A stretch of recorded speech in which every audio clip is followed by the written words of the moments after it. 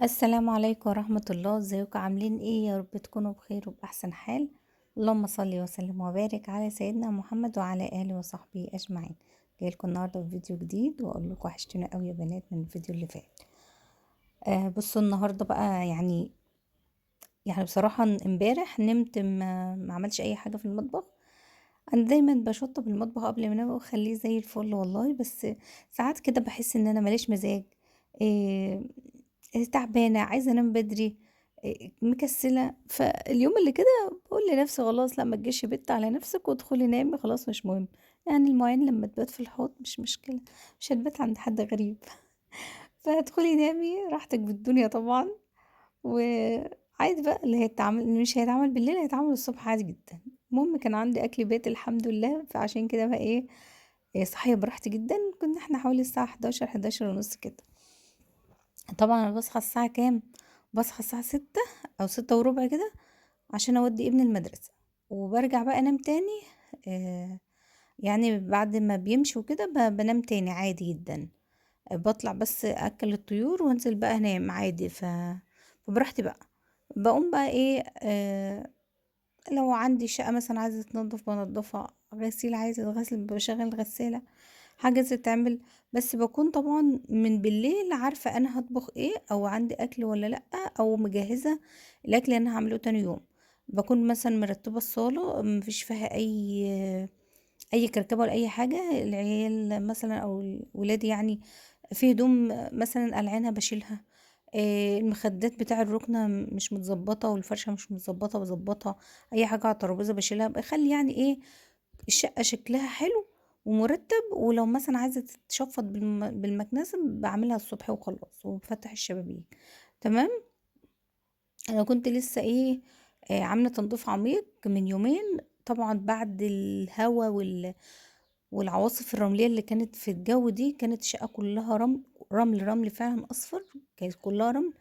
كنت بانضّف البلكونة كل يومين، وما كنتش بافتح يعني إيه، الباب يعني بافتح السلك، وباشنكل الشيش بس، عشان باحاول على قد ما أقدر إن التراب أو الرمل ده ما يدخلش.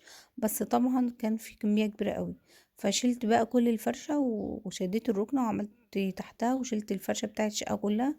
والحمد لله يعني تمِّت بنجاح. ما صوّرتش عشان يا بنات أنا والله مش عارفة عندي كسل من ناحية التصوير رهيب ليه كده، مش عارفة عشان المشاهدات واقعة والّا إيه. فالله المستعان. وعايزاكم بقى يا جماعة إيه، تدعموني كده ترفعوا الفيديو ده باللايكات بالله عليكم. واللي لسه ما اشتركتش انزلي اشتركي وحطي تعليق حلو زيك. وتعالوا نبدأ. بصوا يا بنات أنا إن شاء الله عايزين نبدأ نوفّر.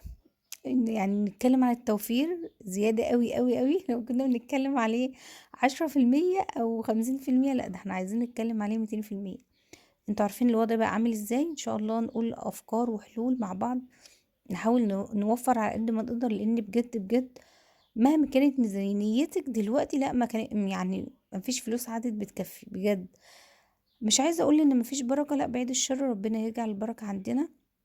بس عايزة أقول لِك إن أنتِ لو فكيتِ أي فلوس جامدة ما بتقعدش. لو 50 فكيتيها بتطير، 100 بتطير، 200 بتطير. أي فلوس فكيتيها وأنتِ واقفة تشتري أي حاجة كده ما عادش بتقعد معاكِ في البوك بجد. ما أعرفش ليه. خلاص اتفكت ما عادش حلفت ما هي قاعدة. والله العظيم يا بنات أنا اكتشفت كده يعني مؤخرًا إن أي نعم الفلوس كده، كده كانت بتطير. لأ بس دلوقتي كل ما الحاجة بتزيد الفلوس بجد ما عادش بتقعد والله العظيم. فعايزة أقول لكم يا بنات إن إحنا لازم بُصّوا أصغر حاجة لازم نحافظ عليها بجد. أنا كنت الحمد لله يعني ولله الحمد أنا كنت طالعة من رمضان والله العظيم بيتي ما كان في أي حاجة، أي حاجة في الدنيا. وفي نفس الوقت أنا عشان أملي البيت وأجيب حاجات كتير أوي في البيت، فده عايز مبلغ وقدره. ميزانية إيه اللي تكفي ده، إحنا عايزين غير الميزانية ميزانية وميزانية كمان. فالمهم عايزة أقول لكم يا بنات اللي تقدر بالله عليكم يعني يعني عايزين نشجع بعض كده. اللي عندها مكان، عندها بلكونة، عندها بلاش أنا أقول بلكونة الريسبشن ولا حاجة، عشان طبعا في ناس ما ينفعش ان هي تربي في بلكونة الريسبشن او في عمارة كويسة او مش عارف ايه. الناس ساكنين كده في مناطق شعبية، الناس اللي ساكنين في الأرياف، الناس اللي عندهم مثلا بيت عيلة بيت ملك يعني. لو عندك مكان تقدري تربي فيه 5 كتاكيت، بس 5 كتاكيت ربيهم بجد والله العظيم هيبقى خير جدا في البيت. اولا بصي، لو انت مستصغره ان انت تعملي ال5 كتاكيت دول تقولي هم بكام يعني او اجيبهم او كده، لا والله العظيم يا بنات بيوفروا فعلا، وبعد كده ان شاء الله هيبقوا 10 و15 و20. بس انت ابدأي.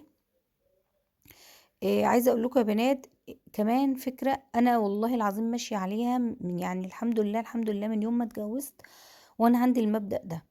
في ناس بتحوش وتجيب ذهب، في ناس بتحوش وتجيب أجهزة، ده كويس جدا جدا. كل واحد أو كل واحدة عندها تفكير وعندها هدف تحوش عشانه. أنا طول عمري الحمد لله كنت ماشية بمبدأ إن أنا أولا لما أنا بشيل مبلغ على جنب أو بشيل مثلا 5 10 5 جنيه 10 جنيه 20 جنيه في برطمان كده أو في إزازة على جنب، وأقول بهم إيه، أجيب بهم إيه حاجة للبيت وكده. على حسب ميزانيتي أنا بصراحة ما كنتش باقدر ألِم مبالغ كبيرة إن أنا أجيب دهب أو إن أنا أجيب جهاز في البيت. فأنا كنت باعمل إيه دي بقى يا بنات، ميزانيتي صغيرة، فبالتالي اللي أنا باحوّشه بيبقى مبلغ صغير.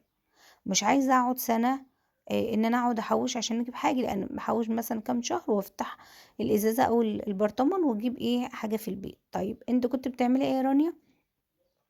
والحاجة دي هاقول لكم عملت معايا إيه ووفّرت معايا إزاي.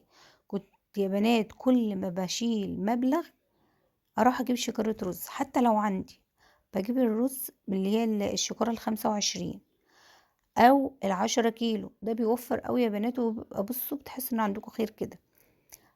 في دخلة الموسم بتاع الرُز، في الموسم دايمًا بتاع الرُز بتلاقي الرُز رخيص جدًا. كنت باجيب شكارتين 3 4 على حسب لمّا ربنا يقدّرني يكون معايا مبلغ، باروح أجيب بيه، كانوا بيقضّوني السنة كلّها. والله العظيم ما كنت طول السنة مش باشتري رز، على حسب أنتِ بتستهلكي قد إيه. الشكارة اللي هي 25 كيلو كنت باجيب مثلًا 3 4 شكاير يكفّوني السنة كلّها، تمام. أحوّش مثلًا 200 جنيه أروح أجيب مثلًا شكارة مكرونة، اللي هي المكرونة السايبة، كانت ب200 جنيه، يعني كانت أيام بقى كانت رخيصة. يعني أنتِ اللي أنا قصدي أقوله لِك إن أنتِ لو مبلغ صغير هتقدري تجيبي فيه خزين في البيت. لو عايزة تحوّشي وتجيبي دهب أو تجيبي جهاز كهربا أو كده، ده فُل أوي، لو أنتِ تقدري إن أنتِ تحوّشي مبلغ كبير تمام. بس يا بنات اللي أنا كنت باحوّشه ده رغم إن هو صغير والله العظيم كان بيستر بيتي. كان ساعات أقسم بالله العلي العظيم أنا كنت ساعات باجي آخر الشهر مثلًا في أوقات كده كان يبقى ما فيش معايا فلوس نهائي. والله العظيم يا بنات كان بيبقى عندي الفراخ، لإن كنت بابقى مربياها في الفريزر مربياها يعني وشايلاها في الفريزر. كان بيبقى عندي الرز لإني كل ما يكون معايا فلوس أجيب شجرة رز عنها. كان بيبقى عندي المكرونة، الصلصة كانت دايمًا بتبقى عندي، لإن طول ما الطماطم رخيصة ولله الحمد أنا بُصّوا، أنا أكتر واحدة باحب تخزين الطماطم، بجد باحس إنها كنز كده عندي في البيت، وكل حاجة الصراحة كل حاجة. فساعات والله العظيم ما كانش يعني بُصّوا، ما كانش بيبقى معايا جنيه، كنت أعمل فراخ. آجي تاني يوم ما فيش معايا فلوس وما فيش عندي حاجة مثلًا غير الرز والفراخ والصلصة ومثلًا شوية خضار، أعمل فراخ تاني. ممكن أقعد طول الأسبوع أعمل فراخ بس أغيّر لون بقى، مرّة بانيه، مرّة كفتة، مرّة فراخ في الفرن، فاهمينّي؟ شوفوا باطبخ فراخ كل يوم، والله العظيم. ليه؟ من شطارتي، لإني أنا لمّا تكون معايا باجيب وباشيل في البيت. ما فيش عندِك في مكان تربّي، الفراخ ساعات بتبقى ب60 جنيه وب70 جنيه. هاتي وشيلي، ما تسمعيش أبدًا كلام اللي يقولوا لِك اوعي تخزّني فراخ أكتر من أسبوعين، أكتر من شهر، بتسوَد والعضم بيطبّع ومش عارف إيه لأ، عمرها في حياتها ما عملت معايا كده. انقعي كويس أوي واغسلي كويس أوي، وإن شاء الله هتبقى أحلى فراخ وهتاكلي طول السنة وأنتِ مرتاحة. الفراخ غليت هيبقى عندِك في الفريزر. بتقلّقي من الموضوع ده خليها وشيليها. أنا ولله الحمد شِلت في رمضان. كان عندي فراخ من شهر 12 شايلاها لرمضان من شهر 12. رمضان كان في 3 وأنا كنت شايلة فراخ من شهر 12. والله العظيم لا العضم طبّع على اللحم زي ما بيقولوا، ولا طعمها غير ولا اي حاجه، وكانت احلى فراخ اكلتها، وفاض منها كمان لبعد العيد. والله اخر كيس انا عاملاه في اجازه العيد. الفراخ بقى في رمضان كانت بكام؟ كانت كيلو ب115 او ب120 تقريبا. طب ليه؟ انا فزت. انا الفراخ كانت عندي انا مربياها، واللي كان من ولما كنت انا مربيه كانت الفراخ وقتها ب60 جنيه. من شهر 11 و12 كانت الفراخ ب60 جنيه. وكانت الناس تسأل على النت يقولوا نخزن فراخ، يردوا عليهم يقولوا لهم اوعوا تخزنوا الفراخ، ما تخزنش الا قبل رمضان باسبوعين. ليه يا جماعه؟ ليه تبقى ب60 جنيه واروح اجيبها ب120 جنيه؟ يعني الكيلو اجيبه الضعف. يعني الفراخ اللي كنت هجيبها ب150 ولا ب170 جنيه اروح اجيبها ب300 ولا ب300 ليه؟ ليه يعني؟ فكل واحدة عارفة بيتها ماشي ازاي، كل واحدة عارفة ميزانيتها ايه، كل واحدة عارفة الفلوس اللي معاها هتعرف تمشيها ازاي. فاللي انا عايزة اقولهولك، لما تكون معاكي معاكي فلوس يا ست البيت، يا ست الكل، شيلي كل يوم 5 جنيه على جنب. بلاش تشيلي كل ما تنزلي تشتري حاجة فاض معاكي فلوس فكة، شيليها على جنب. هاتي ايه بقى؟ هاتي شكارة رز عينيها، هاتي شكارة شعرية اللي هي السايبة، هاتي شكارة مكرونة، هاتي علبة سمنة، هاتي كرتونة زيت او ازازة زيت من اللي هي 5 لتر. اسمعي كلامي. احنا بصوا، الوقت فيه قلق والوقت فيه حرب، ربنا يحفظ بلادنا يا رب وسائر بلاد المسلمين. الخزين عندك في البيت احسن من الذهب، والله العظيم. انا في اعتقادي كده. الطماطم الحمد لله بدأت ترخص لحد ما. أنا اخر مرة جايباها ب20 جنيه، بدأت ترخص. كل ما تكون رخيصة هاتي وشيلي في الفريزر، هاتي وشيلي. الفراولة دلوقتي ب10 جنيه. ممكن كل ما تنزلي مشوار وراجعة، لو معاك 10 جنيه هاتي كيلو حطه في الفريزر، معاكي 20 جنيه هاتي 2 كيلو حطهم في الفريزر. الصيف جاي وبنحتاج عصير كل يوم عشان الولاد. فهاتي وشيلي، كل ما تكون الحاجة رخيصة هاتي وشيلي. هاتي ب10 جنيه فلفل اسود من عند العطار كده وانت ماشية، ما بيقولوش لا بيده. هاتي ب10 جنيه او ب20 جنيه كمون، كزبرة ناشفة شيليها. اي حاجة شيليها في البيت، تكون خزين في البيت. ما يكونش معاكي فلوس هتيجي تبصي تلاقي عندك خير هيمشيكي حتى لو مفيش معاكي فلوس. تمام. انا دايما يا بنات بعمل كده ويكون عندي الخير، والله العظيم. ربنا يملى بيوتنا دايما بالخير يا رب العالمين. لما تكون الفراخ رخيصة هاتي وشيلي، ما تسمعيش كلام حد. المفروم دايما حلو وكل حاجة، والناس بتجيبه تعمله مش عارفة معلقتين على خضار يعني، وتعملوا لو انتوا بتاكلوه كده هاتيه واعمليه. لو المفروم غالي والفراخ وقتها رخيص هاتي فراخ واعمليها. ممكن تعمليها كفتة، ممكن تعملي كفتة الرز بالفراخ، حلوة جدا. عملتها قبل كده وفي ناس كتير بتعملها. كفتة الرز بالفراخ، كفتة اللي هي زي كفتة داوود باشا برضو بالفراخ واعمليها. والله العظيم عملنا الحاجات دي كلها.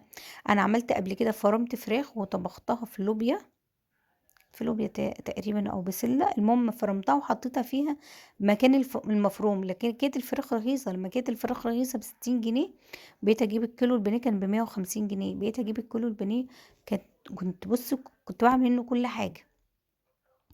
فبجد انتي السلع عندك في البيت اهم من اي حاجه، اهم من الذهب، اهم من الجهاز اللي انت تشتريه. ممكن تعملي حصالتين لو انت بتعرفي توفري بقى وست ذكيه كده ومدبره. ممكن تعملي حصالتين، حصاله كبيره وحصاله صغيره. الحصاله الصغيره دي هتفتحيها كل شهر، هتروحي مثلا جايه كل شهر كده فاتحه الحصاله، هتشوفي فيها يعني فيها كام، المبلغ اللي فيها كام، هتروحي تشتري فيها خزين في البيت. بتجيبي حاجتك كل شهر ومش عايزه ان انت تجيبي حاجات زياده، هاتيها وركنيها. يعني هاتيها وركنيها عندك، محدش عارف بكره في ايه، مفيش حاجه بتخسر. ولما تجيبي مثلا عندك ازازه زيت كبيره عينها او كرتون زيت او علبه سمنه، وجيتي مثلا ركنتيها على جنب وجيتي جبت حاجه الشهر، خلي اللي انت جايباها اللي هي انتاجها جديد اركنيها، وخدي اللي انت اشتريتيها وكنت شايلاها دي استعمليها، بحيث ان انت تجددي على طول. فاهماني؟ بس دايما خلي عندك خزين في البيت. كل يوم الاسعار بترتفع كل يوم الحاجة. والله العظيم انا كنت جايبة قبل رمضان بشهر تقريبا شكارة الرز ب480 جنيه. انا جايباها الاسبوع ده ب600 جنيه، جايباها ب600 جنيه. شايفين فرق قد ايه؟ 120 جنيه. وطبعا لسه كل ما يكون في قلق في المنطقة وفي قلق في البلاد اللي حوالينا وفي كلام عن حرب ومش عارف ايه، دايما الدولار بيرتفع والدهب بيرتفع وكل حاجة بترتفع معاه. بجد الأسعار صعبة قوي، فاحنا عايزين ايه؟ نحافظ. فنصيحتي ليك يا ست الكل ان انتي تجيبي حاجة وهي رخيصة وتشيليها. لو انت وصلت معايا لحد كده بقى، بالله عليكي تحط اللايك، ولو لسه مشتركتيش نزلي اشتركي دلوقتي حالا وفعلي زر الجرس عشان يوصلك كل الفيديوهات اللي انا بنزلها اول باول. ان شاء الله اقول لكم افكار كويسه عن التوفير، وهقول لكم برضو التوفير تجربتي يعني في حاجات وفرت معايا. ان شاء الله بيستبعوني وتابعوا القناه، وان شاء الله آه القناه كده تكبر بيكم ان شاء الله، والمشاهدات ترجع كويسه تاني. هي طبعا القناة صغيرة بس كانت قبل رمضان المشاهدات كانت كويسة، مش عارفة ليه المشاهدات نزلت كده، الله المستعان. فإن شاء الله القناة تكبر بيكم. بصوا يا بنات، ال البذنجان ده اللي انا كنت جايباه معاكم، كنت قايله لكم الكيلو ب20 جنيه. عايزه اقول لكم ان في وقت في السنه البرنجان ده كنت بجيبه ب5 جنيه، وساعات الكيلو ونص ب10. تمام. فالوقت ده اللي عندها ديب فريزر يا بنات تعمل الحاجات دي، الوقت اللي يكون فيه الحاجات دي رخيصة هاتيها وشيليها، ممكن تقعد عندك طول السنة. يعني انت ممكن لما يكون ب5 جنيه تجيبي 3 4 كيلو وتقوريهم، وبعدين تحطيهم في مية وملح نقعيهم شوية، بعد كده تحطيهم يتصفوا وتشوحيهم بقى إيه في معلقة زيت في معلقة سمنة. بس لازم تشوحيه وبعد كده تشيليه في علب في الفريزر. والله العظيم يا بنات هتطلعوه زي الزبدة، ولا بيجلد ولا بيجراله اي حاجة كده. انا جربته كذا مرة وكان حلو معايا جدا. فانا دلوقتي هعمله محشي، مش هعمل منه حاجه يعني، مش هشيل منه حاجه في الفريزر. بس انا كده كده بحب اشوح كل حاجه قبل ما اعمل المحشي، بيدوله يا بنات طعم حلو قوي. الفلفل والبرنجان بشوحهم لكن الكوسه لا. ولو عايزه تشوحيها ممكن، بيدي بجد طعم حلو قوي للمحشي. ولو هتخزنيه في الفريزر هتفرزيه يعني، برضو لازم تديله تشويحه كده بيبقى حلو قوي. وممكن تحطي فيه ترش فيه من جوه ملح وفلفل، بس ده طبعا هيخليه ينزل ميه. وانا انا بكتفي ان انا بنقعه بميه وملح، وبعد كده بصفيه، وبعد كده بشوحه واحطه في الفريزر، بيبقى حلو قوي قوي يا بنات. جربوه ان شاء الله يعجبكم.